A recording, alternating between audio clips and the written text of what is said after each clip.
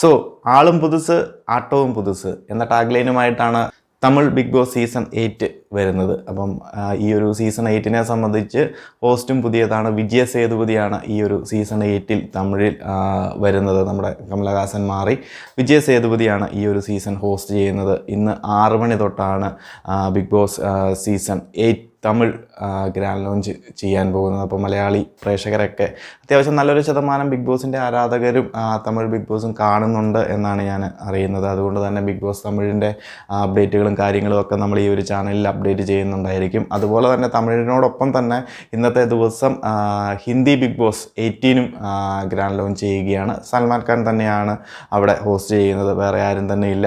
ഈ ഒരു 18ാമത്തെ സീസണായിട്ടും പുള്ളിക്കാരൻ തന്നെയാണ് ഹോസ്റ്റ് ചെയ്തുകൊണ്ടിരിക്കുന്നത്. എന്തായാലും ഹിന്ദി ബിഗ് ബോസിൻ്റെ അപ്ഡേറ്റുകളും കാര്യങ്ങളും നമ്മൾ ഈ ഒരു ചാനലിൽ ഉൾപ്പെടുത്തുന്നില്ല. മലയാളവും അതുപോലെ തന്നെ തമിഴും മാത്രമേ ഉണ്ടാകത്തുള്ളൂ. മലയാളം ഇനി സമയമുണ്ട്. അപ്പം ഈ ഒരു തമിഴ് സീസൺ കഴിയുമ്പോഴത്തേനും മലയാളത്തിൻ്റെ അപ്ഡേറ്റുകളും കാര്യങ്ങളും ഒക്കെ നല്ല സ്ട്രോങ് ആയിട്ട് എത്തിത്തുടങ്ങും.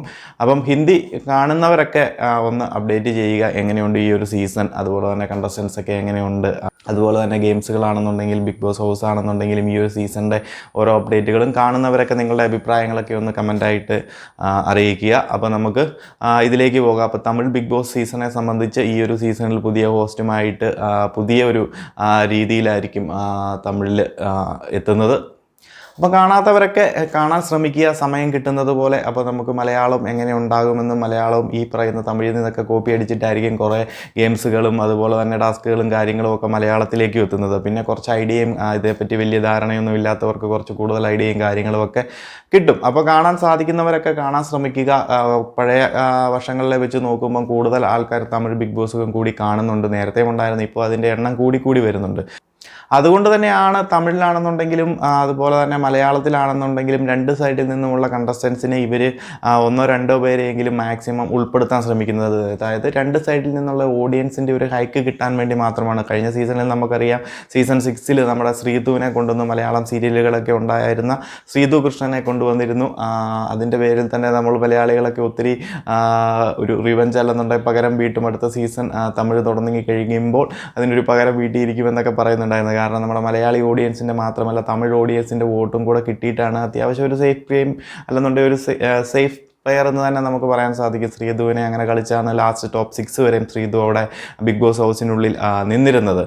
അപ്പോൾ ആ ഒരു അവസ്ഥയിൽ ബിഗ് ബോസ് മലയാളത്തിൻ്റെ പ്രേക്ഷകർ നല്ലൊരു ശതമാനവും പറഞ്ഞിരുന്നു, അടുത്ത ഒരു സീസൺ തമിഴ് വന്നു കഴിയുമ്പോൾ ഒരു പ്ലെയറിനെ വോട്ട് ചെയ്ത് അവസാനം വരെ ഒരു വാഴയായിട്ട് നിൽക്കുന്ന കണ്ടസ്റ്റൻ്റ് ആണെന്നുണ്ടെങ്കിൽ അവരെ അവസാനം വരെ നമ്മൾ വോട്ട് ചെയ്ത് നിലനിർത്തും എന്നൊക്കെയുള്ള ഒരു സംഭവങ്ങളൊക്കെ പല ബിഗ് ബോസ് ഗ്രൂപ്പുകളിലും കണ്ടിരുന്നു. എന്തായാലും അതിനൊരു അവസരമെന്നാണ് ഈ ഒരു 8ാമത്തെ ബിഗ് ബോസിൻ്റെ തമിഴ് സീസണിൽ വന്നിരിക്കുന്നത്. 2 മലയാളികൾ ഉണ്ട് എന്നാണ് അറിയാൻ സാധിക്കുന്നത്. ഒന്ന് ഏഷ്യാനെറ്റിൻ്റെ തന്നെ പ്രൊഡക്റ്റായിട്ടുള്ള അൻഷിത അഞ്ചി, TV സീരിയൽ ആക്ട്രസ് ആണ്. അതുപോലെ തന്നെ നമ്മുടെ സിനി ആക്ട്രസ് ആയിട്ടുള്ള ശാലിൻ സോയും ഈ ഒരു സീസണിൽ തമിഴിൽ ഉണ്ടാകുമെന്നാണ് നമുക്ക് ലഭിച്ചിരിക്കുന്ന ഒരു റിപ്പോർട്ടുകൾ. ഒരു 80-90% ഉറപ്പിക്കാവുന്നതാണ്.